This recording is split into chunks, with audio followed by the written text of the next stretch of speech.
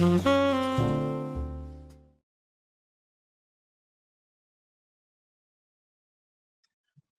shalom teman-teman Smart People semua.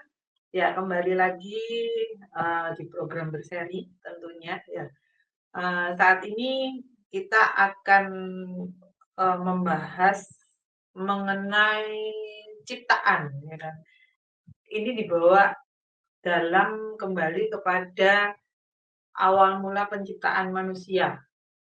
Kita nanti akan membahas beberapa poin dan nanti akan mungkin 5 sesi yang akan dibawakan mengenai tema ini. Nah, kita akan buka di Kejadian pertama, cuman saya tidak akan membaca, saya minta saudara Ferdi nanti bacain, tapi tidak berurutan ya, nanti terlalu panjang. Jadi beberapa poin yang akan kita pelajari ya mengenai ada apa sih gitu loh di kejadian ini gitu. Yang selama ini sudah kita dengar, selama ini sudah kita baca gitu.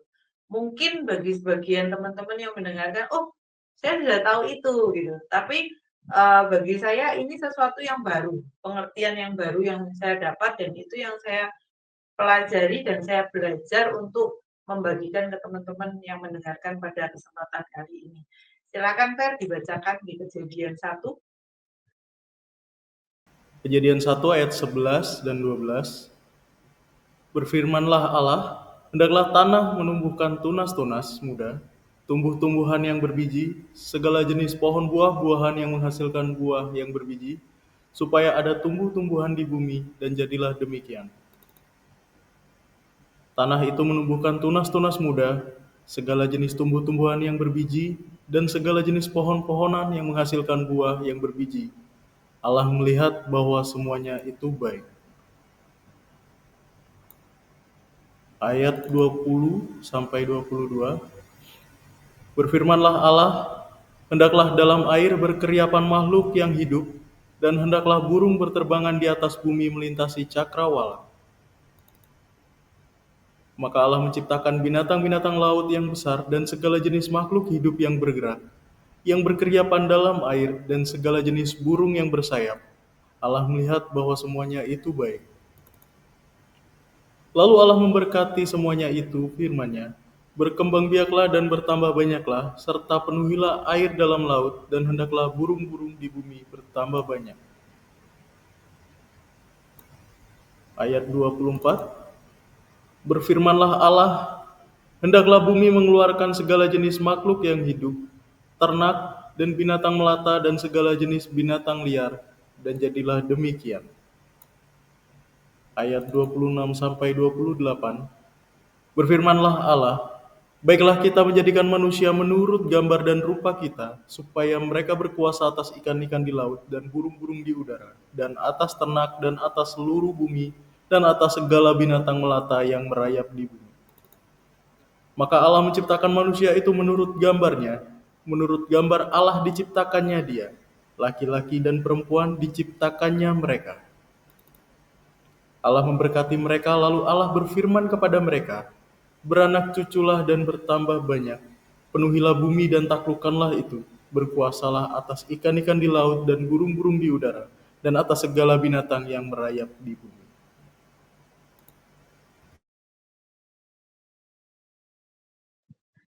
Ya, puji Tuhan sudah dibacakan oleh saudara Ferdi tadi. Nah, teman-teman, dari beberapa poin, tadi ada, kalau nggak salah ada 4 poin ya kan, dari ayat segini sampai ke segini, ayat ini, ada 4 hal ketika Tuhan itu menciptakan. Kita nanti ke depan akan belajar bahwa ada perbedaannya loh ternyata gitu.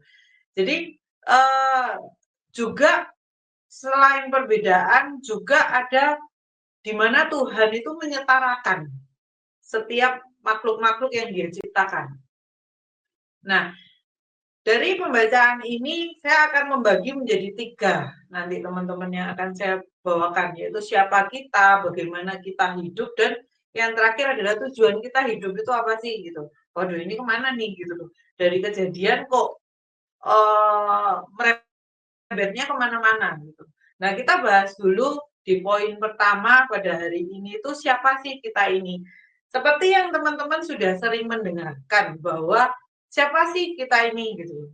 Kalau kita mau ngomong, wah kita itu berharga. Tuhan sendiri ngomong bahwa Tuhan secara spesial menciptakan kita berbeda dengan makhluk ciptaan yang lain.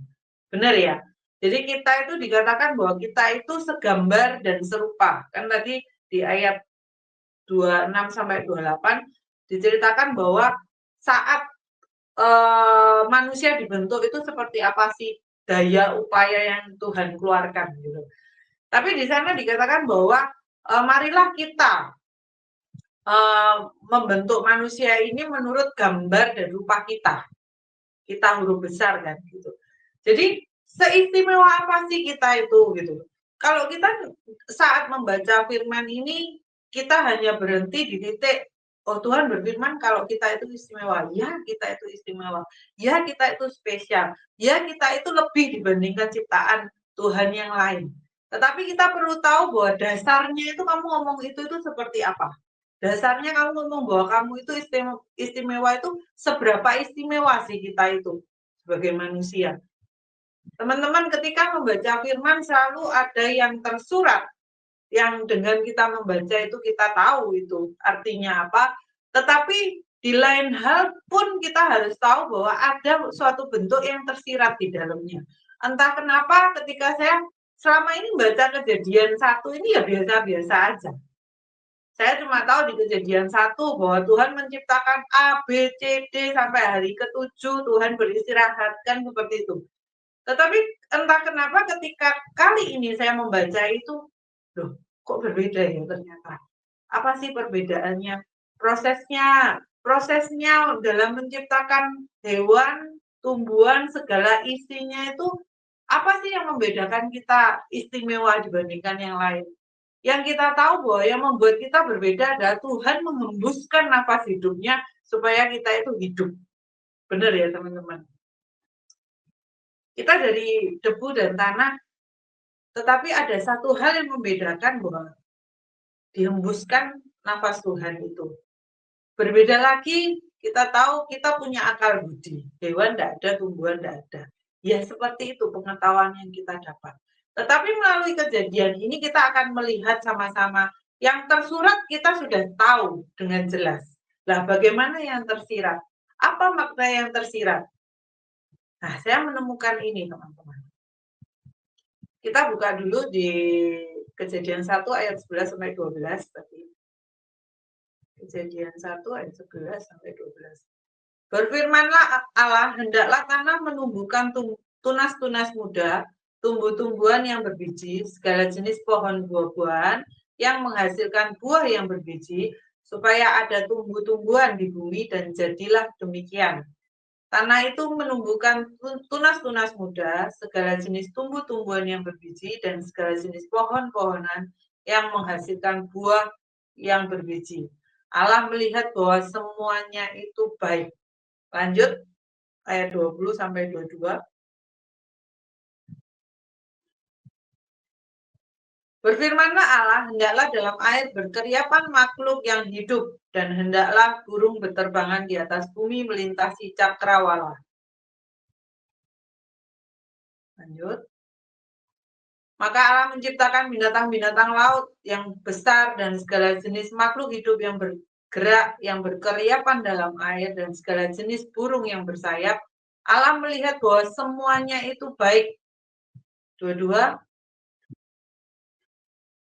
Lalu Allah memberkati semuanya itu firman-Nya, berkembang biaklah dan bertambah banyaklah, serta penuhilah air dalam laut, dan hendaklah burung-burung di bumi bertambah banyak. 24. Terakhir, kita berhenti di situ dulu. 24. Berfirmanlah Allah, hendaklah bumi mengeluarkan segala jenis makhluk yang hidup, ternak dan binatang melata, dan segala jenis binatang liar, dan jadilah demikian. Teman-teman, kita lihat dari awal saya baca 11 ya, dari ayat 11, 12, 20 ke 22 dan 24. Ya, kita tahu bahwa persamaannya ini banyak nih. Persamaannya apa sih? Dikatakan bahwa berfirmanlah Allah, hendaklah tanah menumbuhkan tunas-tunas muda, tumbuh-tumbuhan yang berbiji, segala jenis pohon buah-buahan. Berfirmanlah Allah. Saya menggarisbawahi kata-kata berfirmanlah Allah. Di ayat 20 dikatakan lagi berfirmanlah Allah kepada air. Yang awal tadi berfirmanlah Allah kepada tanah.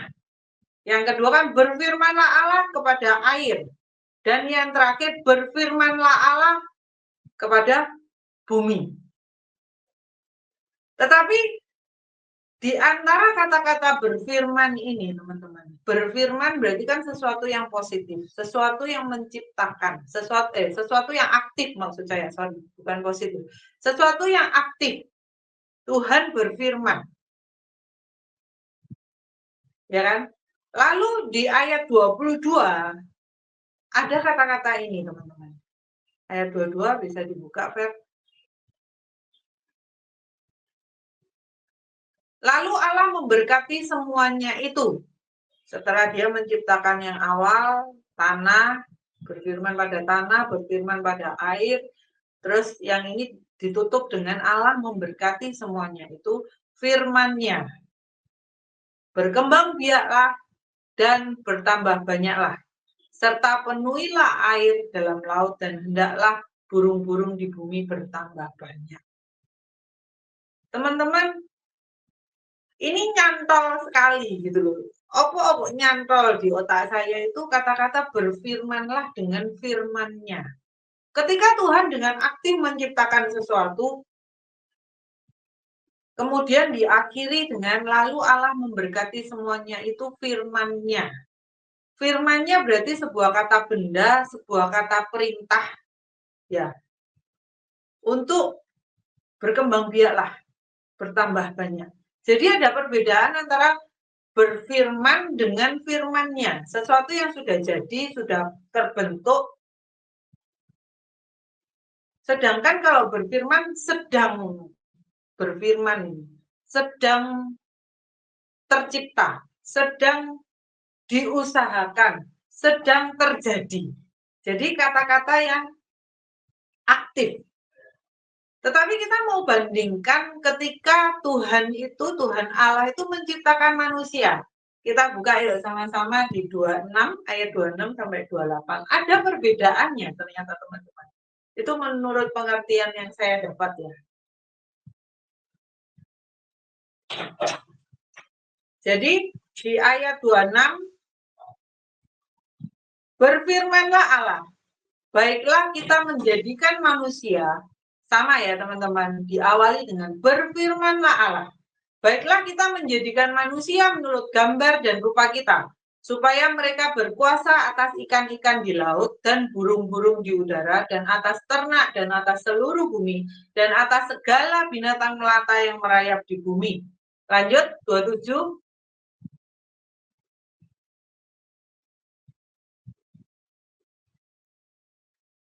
Maka Allah menciptakan manusia itu menurut gambarnya. Menurut gambar Allah diciptakannya dia. Laki-laki dan perempuan diciptakannya mereka. 28. Ketika kita membaca ayat sebelumnya, kita tahu ketika Tuhan sudah menciptakan semuanya, Tuhan berhenti, terus Tuhan memberkati. Ya.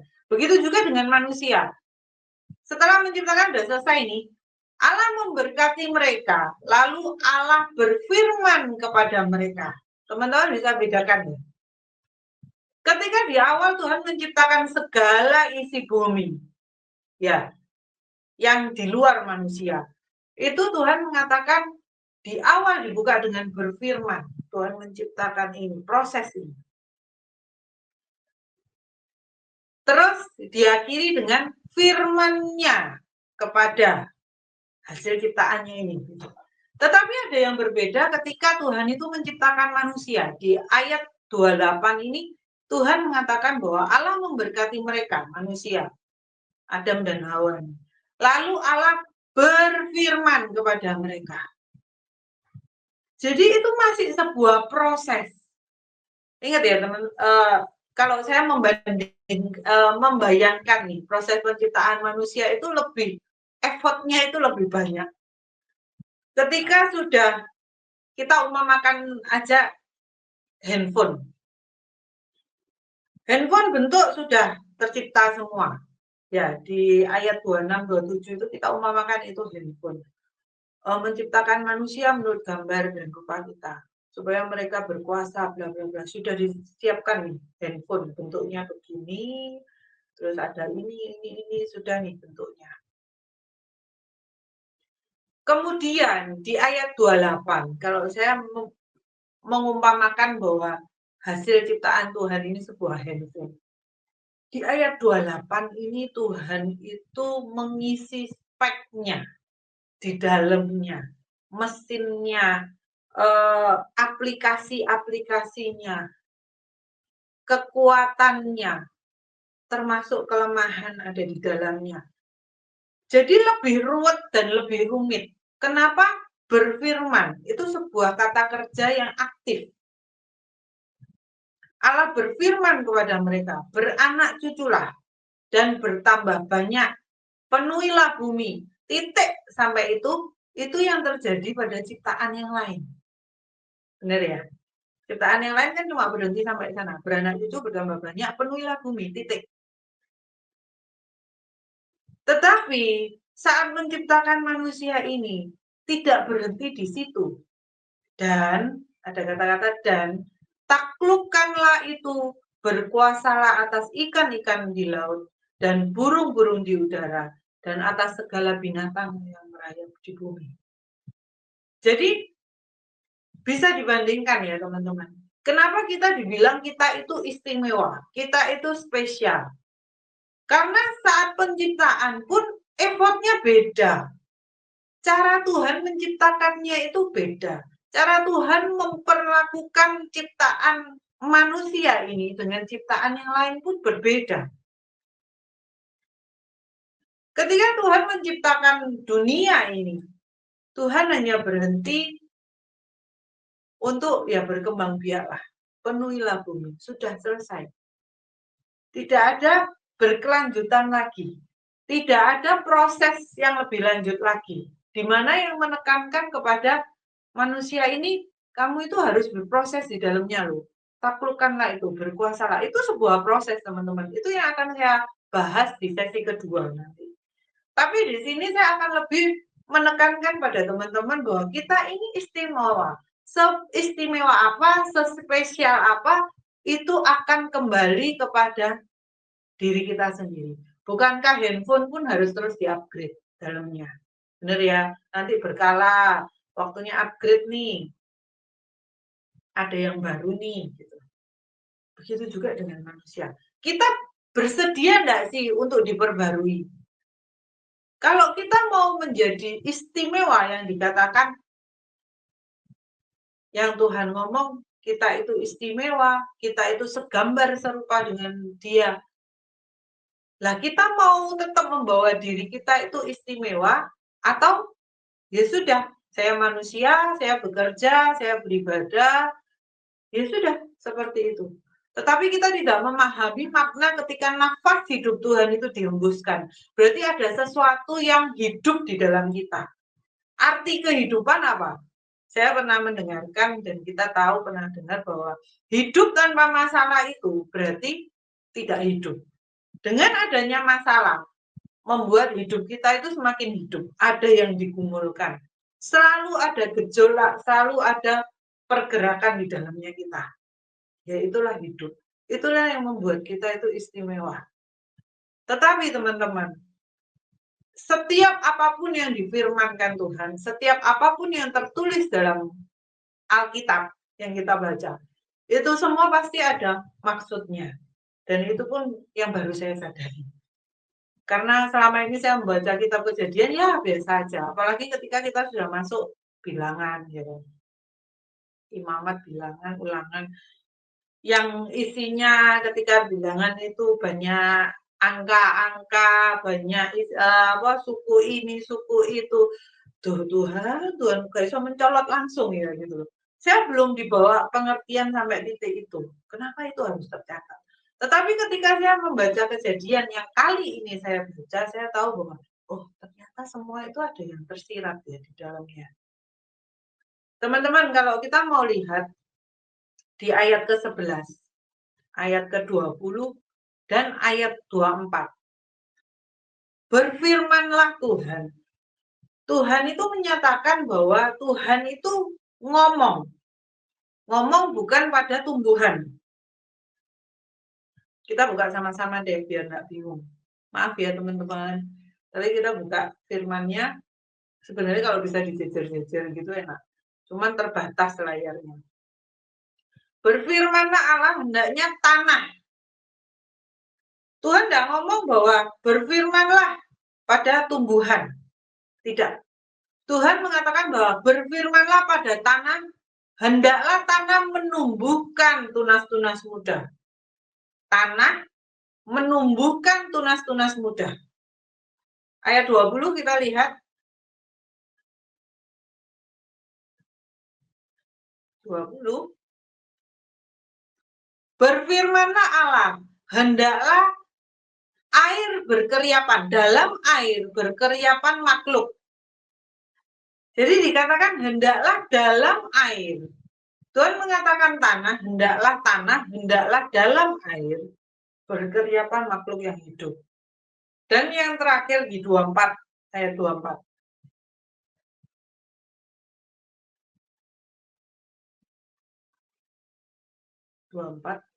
Berfirmanlah Allah, hendaklah bumi mengeluarkan segala jenis makhluk yang hidup. Kalau kita mau mengambil bahasa sederhananya dari 3 hal ini yang saya baca bahwa hendaklah tanah, hendaklah air, hendaklah bumi. Tuhan menyatakan sekali bahwa yang digambarkan Tuhan dalam imajinasi saya ini teman-teman. Tuhan menuju kepada sumbernya, habitatnya. Benar ya? Ketika Tuhan menyatakan hendaklah tanah menumbuhkan tunas-tunas muda. Dari tanah akhirnya ada pohon, akhirnya ada tanaman. Dari air ada ikan, ada segala jenis makhluk yang hidup dan tinggal di dalamnya. Dan dari bumi keluar segala macam binatang. Saya langsung dong.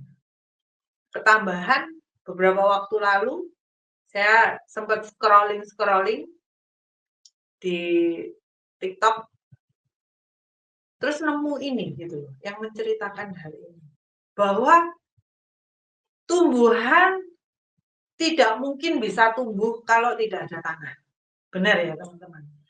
Ikan tidak akan bisa hidup kalau tidak ada air. Demikian hewan-hewan ini tidak akan bisa bertumbuh, berkembang biak kalau tidak ada bumi.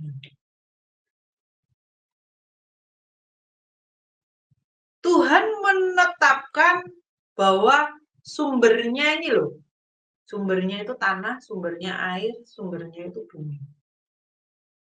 Nah, bagaimana dengan manusia? Kita lihat sama-sama di ayat 26.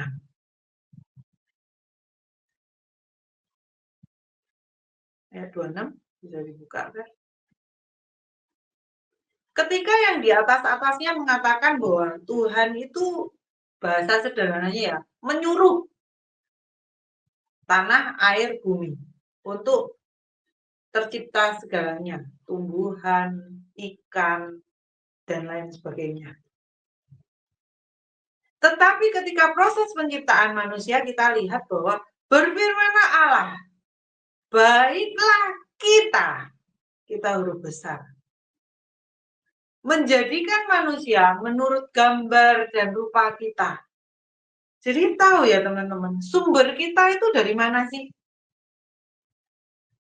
Kalau yang lain dikatakan hendaklah ini, hendaklah itu, baru ada rentetannya kan. Hendaklah tanah jadi tumbuhan, hendaklah air jadi hewan-hewan yang ada di air. Nah, ketika menciptakan manusia, Tuhan turun tangan sendiri. Kenapa saya katakan Tuhan turun tangan sendiri? Baiklah kita huruf besar. Kita berarti Tuhan bersama dengan para pasukannya, ya, malaikat surga, menjadikan manusia menurut gambar dan rupa kita. Jadi bagaimana kita itu sumbernya itu kalau yang tanam, tanaman, ya kan, ikan segala macam itu, oh ada nih, ada air segala macam yang Tuhan ciptakan. Tetapi kalau dalam menciptakan kita, kita langsung dari Tuhan. Sumbernya langsung. Jadi menjawab bahwa seberapa istimewa sih kita itu di hadapan Tuhan. Siapa kita ini di hadapan Tuhan? Ya, kita ngomong bahwa kita segambar serupa dengan Tuhan. Tetapi sejauh apa sih pengertian kita segambar dan serupa itu?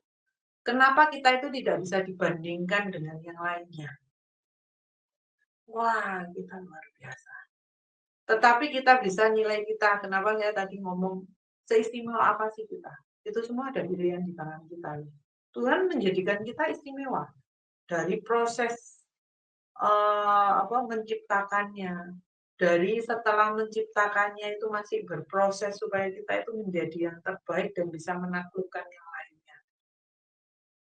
Itu semua itu kalau bahasanya kalau ngobrol sama seseorang yang ngerti firman, ngerti segala, wih itu daging banget gitu loh yang dibagikan.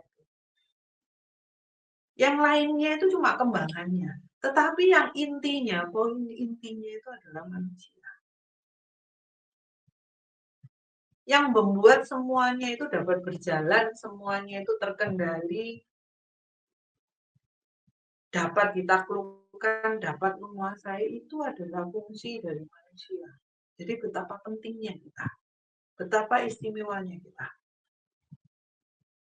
Tetapi melalui kejadian ini pun saya menangkap sebuah pesan Tuhan bahasa rohaninya.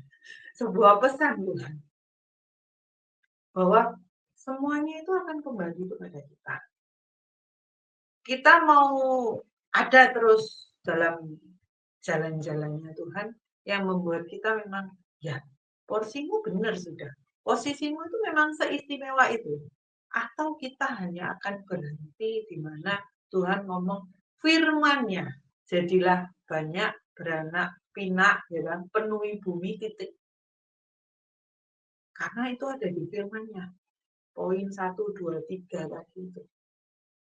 Tanah, air, bumi. Perlakuannya seperti itu. Kenapa ini tercatat, teman-teman? Dan kenapa ini itu menarik sekali buat saya untuk saya bahas? Kita lihat bahwa ketika ada satu hal dan lain hal, kita kan dibandingkan. Gitu. Posisi kita sekarang itu dibandingkan dengan ciptaan yang lain. Kalau dibandingkan dengan tumbuhan, ya sudahlah ya, masih ada indah-indahnya gitu, bunga, bunganya bagus ya, tapi lek kena bunga telekan, mambulan. Iya, itu bahasa Prancis ya, teman-teman yang nggak paham nanti googling. Nah, bagaimana dengan hewan yang diciptakan oleh, yang dihasilkan dari bumi, yang dihasilkan oleh air? Kalau ikan, ya oke lah. Nah, kalau yang di bumi, ada anjing di dalamnya, ada banyak hal, ada burung, ada babi. Isi elek-elek aja lah kita ambil. Kita lihat dulu 2 ayat ya. Kenapa akhirnya dibawa bahwa kita akan dibandingkan dengan ciptaan yang lain. Saya pernah ikut dan mendengarkan sebuah pengajaran bahwa pengajaran apa ya itu? Intinya ketika diomongi bahwa kamu itu manusia yang hidup dengan nafas Tuhan atau hidup sekedar hidup. Sama seperti binatang.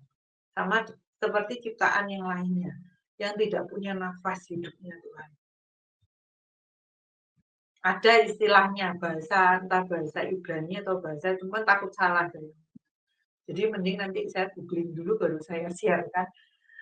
Tapi pernah dapat materi itu. Jadi kamu menjadi manusia yang memang hidup seperti nafas hidup yang Tuhan kasih, atau sekedar menjadi manusia yang menjalankan rutinitas saja. Hidup sekedar hidup, Ya ini ayo, itu ayo, ya gelinding aja lah. Mengalir aja hidup itu, ya kan. Seperti yang mengalir di sungai, ya kan. Tapi di situ saya mau teman-teman bahwa ketika kita diperbandingkan dengan makhluk yang lain saat ini. Yuk kita lihat sama-sama dulu di Matius 6 ayat 26.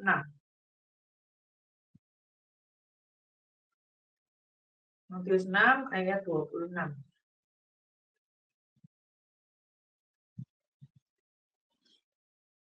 Pandanglah burung-burung di langit yang tidak menabur dan tidak menuai dan tidak mengumpulkan bekal dalam lumbung, namun diberi makan oleh Bapamu yang di surga. Bukankah kamu jauh melebihi burung-burung itu? Jadi di awal penciptaan Tuhan, Tuhan menciptakan A, B, C, D, E, dan firman-Nya, ya kan, beranak cuculah, penuhilah bumi, bertumbuhlah, ya kan, menjadikan bumi itu indah. Seperti burung, Tuhan mengumpamakan bahwa burung aja itu dilihat oleh Tuhan, dipelihara. Yang tidak mengumpulkan bekal dalam lumbung, namun diberi makan oleh Bapamu yang di surga. Bukankah kamu itu melebihi burung itu? Ketika kita membicarakan burung, kita diperbandingkan dengan burung, ya oke lah. Ya. Wah, burung merpati, wah burung yang indah-indah aja yang kita pikirkan. Tetapi kalau kita dibilang dan diperbandingkan dengan sesuatu yang lebih kasar gitu itu. Karena saya pernah diproses dan digugat ketika menyatakan hal ini. Matius 7 ayat 6. Kita buka sama-sama Matius 7 ayat 6.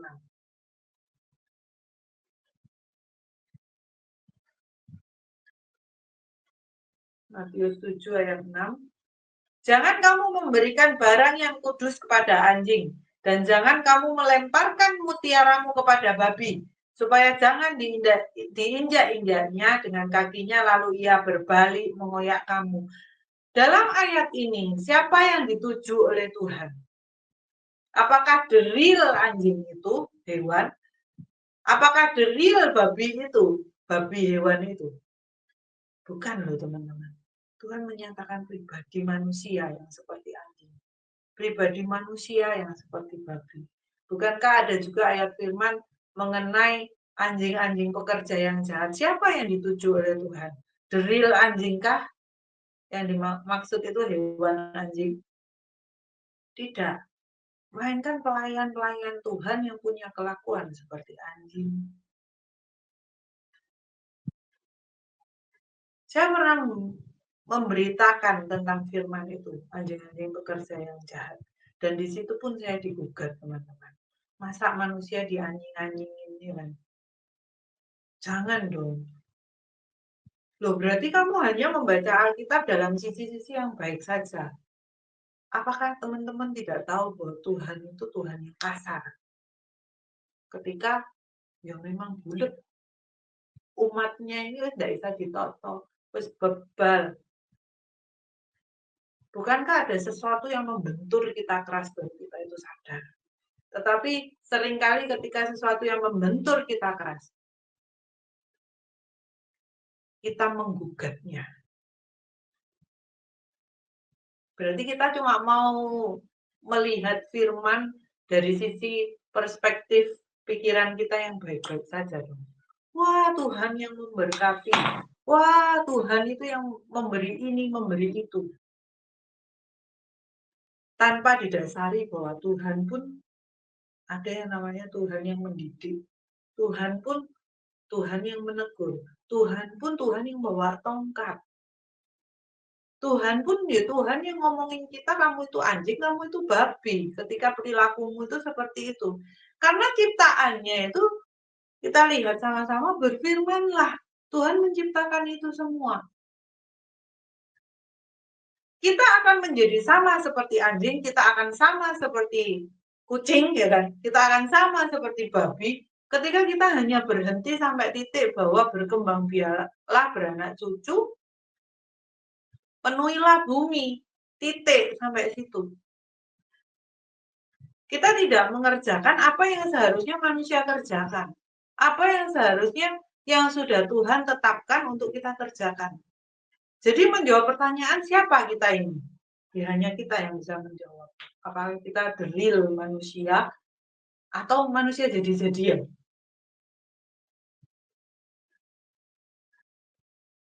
Jadi kita tahu bahwa habitat kita, Tuhan kan menyatakan bahwa habitat kita itu apa sih? Yang saya katakan tadi itu sumber.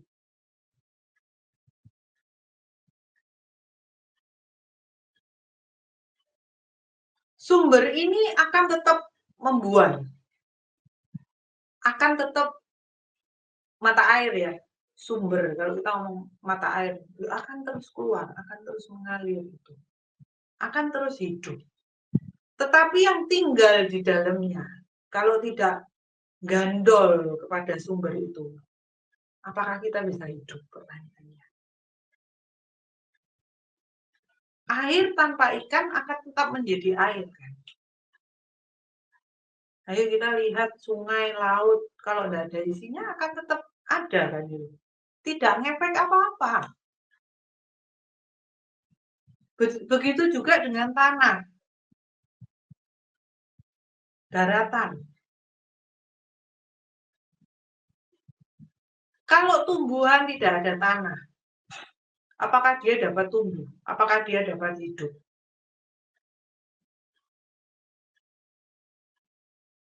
Yang saya katakan ini sumbernya ini. Habitatnya. Apa sih habitatnya? Habitat itu apa sih? Suatu tempat di mana kita itu dapat bertumbuh, berkembang biak, bersosialisasi.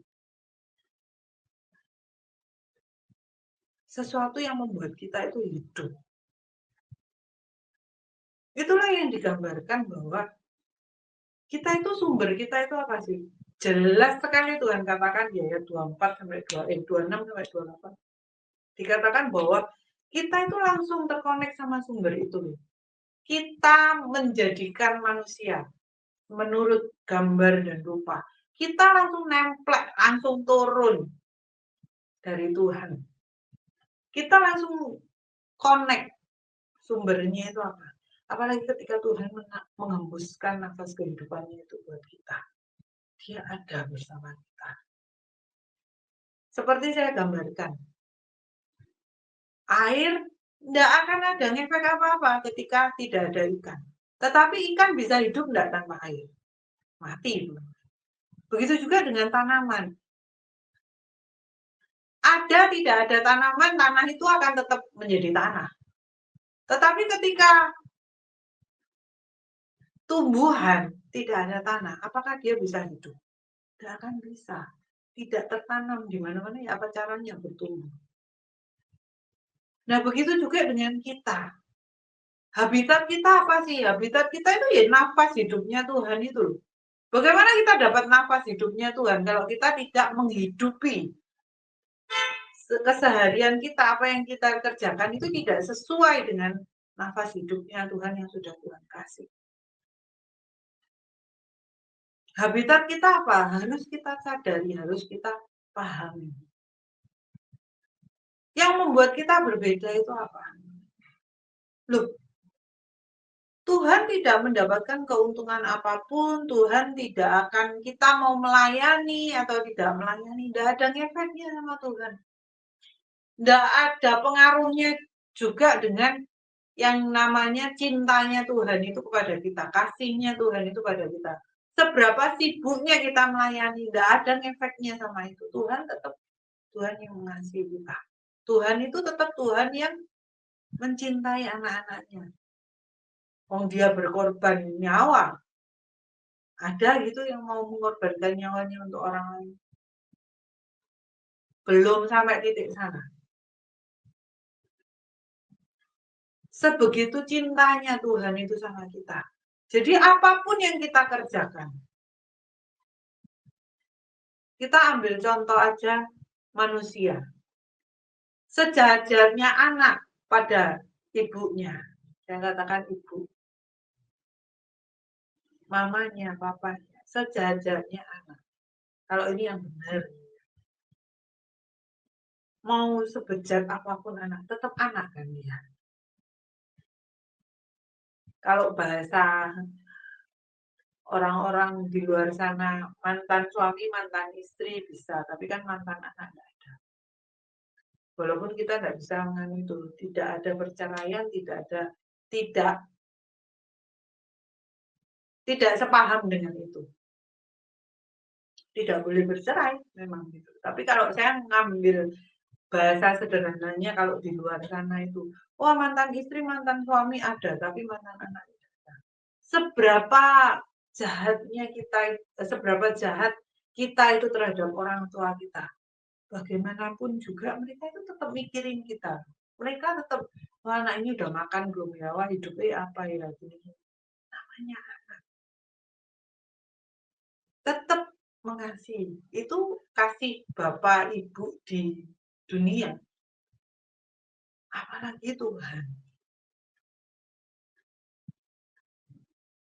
Jadi apapun yang kita, segala tingkah pola kita dalam berbuat baik di dunia ini, tidak ada efeknya apapun terhadap kasihnya Tuhan itu terhadap kita.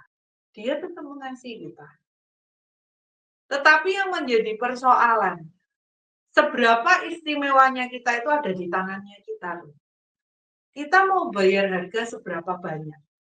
Bahasanya seberapa ruang yang kita buka dalam kehidupan kita supaya Tuhan itu berpengaruh penuh atas kehidupan kita. Itu keputusan di tangan kita. Jadi itu di luar yang namanya, berarti kalau aku enggak pelayanan, Tuhan enggak mengasihi aku. Enggak, Tuhan akan tetap mengasihi kamu. Cuman bonus plus-plusnya ini, menjadi istimewa itu di tanganmu. Di tangan kita semua. Mau dipakai luar biasa sejauh apa, itu di tangan kita. Kalau kita itu semua serba terbatas untuk Tuhan, dibatasi. Mau keuangan, pokok segini, terus dipilah-pilah sendiri sama kita. Bukan nanya Tuhan lagi. Udah main hitung-hitungan. Aku maunya segini aja porsiku. Aku maunya dengar firman itu di sini aja. Pengalaman terakhir ketika saya mengisi sebuah gereja, seorang jemaat itu berkata pada saya, Cece di sini itu bagi firman aja, wes nggak usah bahas-bahas yang lain. Jadi saya disuruh baca Alkitab saja, teman-teman. Apakah Tuhan bisa diatur seperti itu? Saya tidak mengatakan saya Tuhan. Tetapi ketika saya percaya sekali, ketika sama seperti saya percaya dengan gembala saya. Ketika gembala saya mengatakan, "Nom, isi tempat ini. Nom, oke, kamu ngisi di sini." Dan saya akan percaya bahwa ketika saya dikasih kepercayaan itu, maka saya pasti bisa mengerjakannya. Karena sudah di-ACC sama gembala. Bukankah gembala itu payung rohani kita? Yang akan mendapatkan sesuatu yang lebih jauh pandangannya dibandingkan kita. Ketika saya masuk ke sebuah gereja itu, bahasa jahatnya, seorang jemaat menggugat, wis, Cece itu kesini itu bahas firman aja, jangan bahas yang lain-lain. Lelek Tuhan maunya itu aku ngutik-ngutik orang, gitu. Ngoroki kupinge orang, bersihin upilnya, nyikati agak tajam.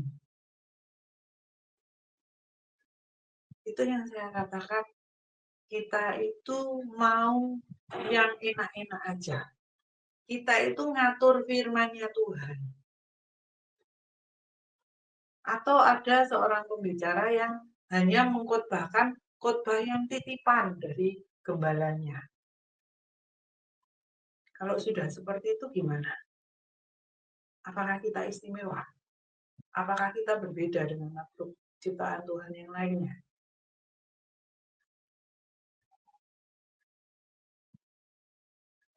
Jadi yang membuat kita berbeda dengan yang lain bahwa sampai sekarang Tuhan itu berfirman. Tuhan tidak berfirman kan sama semut. Kan dikatakan tadi itu firman-Nya. Kalau sama benda-benda yang lain, ciptaannya yang lain selain manusia. Kalau sama manusia Tuhan ngomong berfirman. Sampai detik ini masih berfirman. Itu kata kerja yang aktif, teman-teman. Kita masih dengar-dengar omongannya Tuhan, Tuhan nyuruh kita apa. Ketika kita nolak, ada kosong di hati, ada merasa tidak beres, terus pelepasan. Kok berdedek ya hatiku, kok enggak kayak dulu ya ketika mendengarkan gembalaku ngobrol. Kok enggak excited dulu. Itu sesuatu yang aktif, teman-teman. Kenapa dikatakan berfirman? Itu masih aktif sampai sekarang. Tuhan masih ngobrol sama kita sampai sekarang. Nah, kita mau dijadikan istimewa nggak? Kita harus tinggal dalam habitatnya. Sama seperti ikan, tanpa air tidak bisa hidup, tumbuhan tanpa tanah juga tidak bisa tumbuh. Begitu juga dengan kita. Kita tidak akan hidup. Kita tidak akan bertumbuh. Kita tidak akan, bahasa ngetrennya, diaspora, dipakai sana sini. Ketika kita itu tidak dalam habitat kita. Habitat kita itu apa sih? Habitat kita itu ya nafas hidupnya Tuhan ini. Kita coba nafas dulu, Mas. Ini itu hembusan nafasnya Tuhan itu.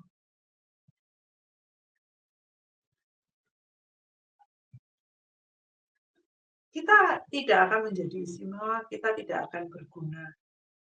Akan sama seperti yang lain. Tidak punya akal budi, tidak ada belas kasihan. Masa bisa babi itu belas kasihan sama babi? Masa bisa anjing itu belas kasihan sama anjing yang lain? Oh ngalah deh, kasih dia makan aja. Oh dia lagi butuh nih mikir, oh gimana ya supaya perbabianku ini bisa bertumbuh banyak ya kan? Nggak bisa mikir. Hidupnya itu bergantung pada manusia. Apakah kita juga mau hidup dengan bergantung pada manusia? Apakah kita akan menjadi benalu? Lah babi, anjing dihidupi siapa? Ya kan? Nah kita dihidupi siapa? Ya, kita sendiri bekerja. Loh, jangan ngomong pelayanan tok rek. Pelayanan aja butuh duit. Loh iya tuh teman-teman. Pelayanan itu butuh duit. Pembicara itu enggak semua pembicara itu siap dengan pelayanan bisa Pak, khotbah gini-gini, tapi tanpa PK ya Pak, maaf. Loh ada yang mau, ada yang enggak. Loh enggak ada masalah sama itu teman-teman. Bener enggak ada masalah sama itu. Kan porsinya sendiri-sendiri. Tapi pelayanan itu butuh duit teman-teman. Ada yang mau digandeng untuk yuk sama-sama yuk, ya ya. Tapi kan memang ada yang memang dengan keterbatasan mereka, tapi mereka tetap mau melayani. Hamba Tuhan desa, punya kebutuhan ini, punya itu. Tetapi welcome sekali. Terus kita mau pura-pura buta gitu, nggak melihat bahwa, oh mereka ini butuh. Pelayanan butuh duit, apalagi kita. Anak-anak Tuhan yang di dunia sekuler, saya di dunia sekuler kerja. Butuh duit teman-teman, ya kerja. Bukan menggantungkan pada orang lain. Tangannya nggak gini terus. Bukankah anak Tuhan seharusnya begini? Ya kan? Bukan begini. Ya itulah kehidupan kita. Yang menjawab bahwa seberapa berharga kita, seberapa istimewa kita di hadapan Tuhan. Yuk hidup dalam habitat kita. Kita ini spesial, kita ini istimewa. Habitat kita itu ya nafas kehidupan Tuhan yang harus kita hidupi. Berjalan seperti maunya Tuhan, menabur seperti maunya Tuhan, bukan dengan hitung-hitungan kita sendiri. Banyak hal teman-teman Ketika kita, dikatakan istimewa itu pastinya itu sebuah pelayanan yang mahal, saya katakan. Saya belajar sekali dari seorang hamba Tuhan bahwa dia tidak sibuk untuk apa yang saya dapat. Ketika saya melayani, apa yang aku dapat Tuhan? Untukku keuntungannya apa? Tetapi bagaimana ketika dia diberi banyak, dia juga menabur banyak. Bahkan dikala dia sedikit pun, dia masih memikirkan orang lain. Loh, saya melihat nyata kehidupan pribadi hamba Tuhan. Ya itulah yang sedang dunia butuhkan. Orang-orang istimewa, orang-orang istimewanya Tuhan, orang-orang spesialnya. Yang sesuai dengan yang Tuhan katakan. Taklukkan, kuasai. Kita harus menaklukkan. Siapa yang tidak butuh uang, teman-teman?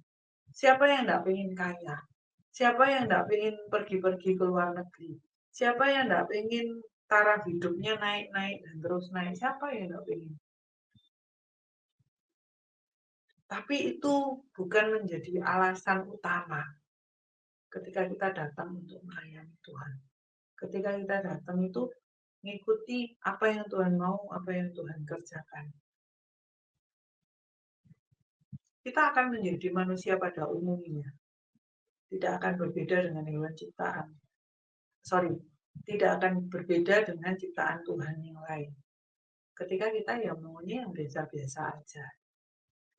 Kita tidak mau bayar harga lebih, kita tidak mau dituntut lebih. Ya sudahlah, cukup ginilah Tuhan, pokok aku hidup, dapat makan, sudah selesai. Diketemukan dengan orang-orang baik, sudah selesai. Saya akan tutup dengan sebuah pernyataan yang mengatakan bahwa, dan saya pun baru menyadari ketika saya kumpulkan teman-teman kerja. Jadi sales saya kumpulkan ya, di dunia kerja ini. Saya kumpulkan, terus bagian admin gudang saya semua saya panggil, duduk, ngobrol, saya sudah selesai.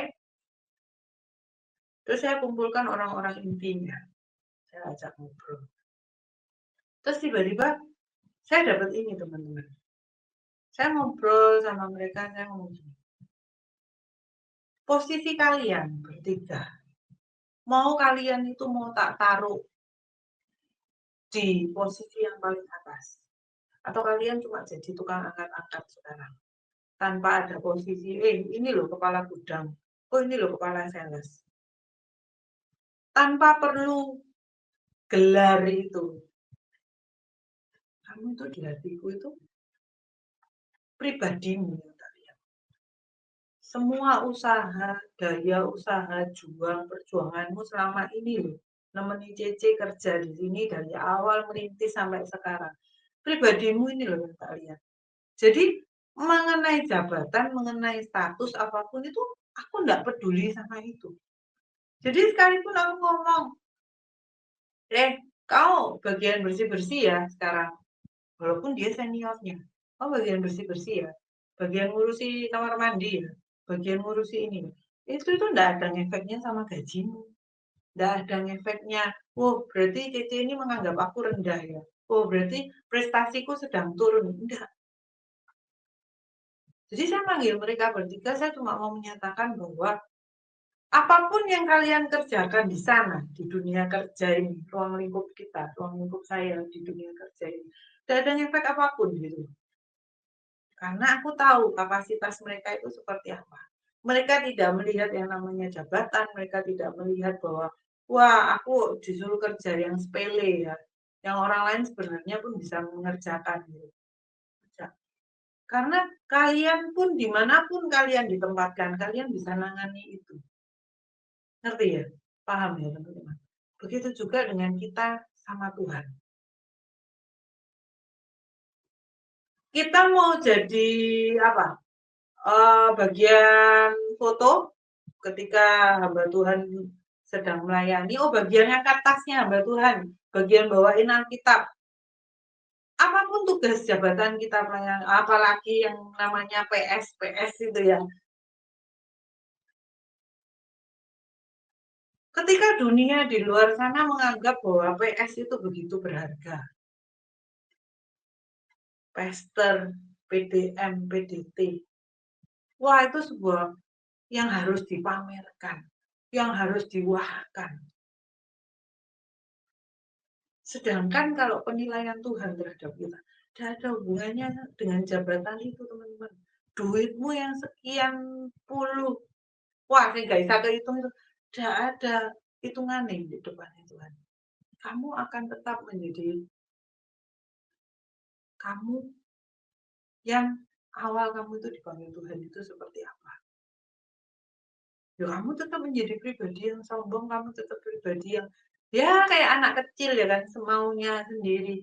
Kalau kita diangkat dari yang bawah, ya tetap pakai sendal jepit, kuku hitam-hitam ya. Itu yang Tuhan kenal dari kita, bukan PS-nya kita, PDM, PDT, duit yang sudah tidak terhitung, keliling dunia kemana-mana. Tetapi yang Tuhan lihat adalah dalamnya kita ini loh, pribadi kita ini. Sama seperti yang saya katakan kepada teman kerja saya ini, rekan kerja, kalau mau ngomong bawahan saya. Jadi apapun tingkah pola kalian bertiga di tempat kerja ini, tuh, kalian itu sudah ada di posisi yang terbaik. Jadi mau diletakkan dimanapun, di depan mau ditempeli kepala gudang, kepala sales, tidak ada efeknya dan arti apapun.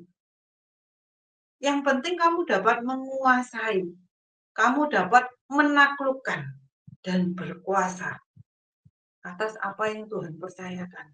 Itu yang menjadi istimewa dan spesial. Itu teman-teman yang mau saya bagikan pada sesi pertama ini, bahwa kita itu istimewa, kita itu spesial. Pertanyaannya dan tugasnya ya, PR-nya, seberapa istimewa dan sespesial apa sih kita itu? Itu ada di dalam genggaman tangan kita. Itu adalah keputusan kita. Itu aja teman-teman. Kita lanjut nanti di sesi kedua. Tuhan Yesus berkati. Shalom.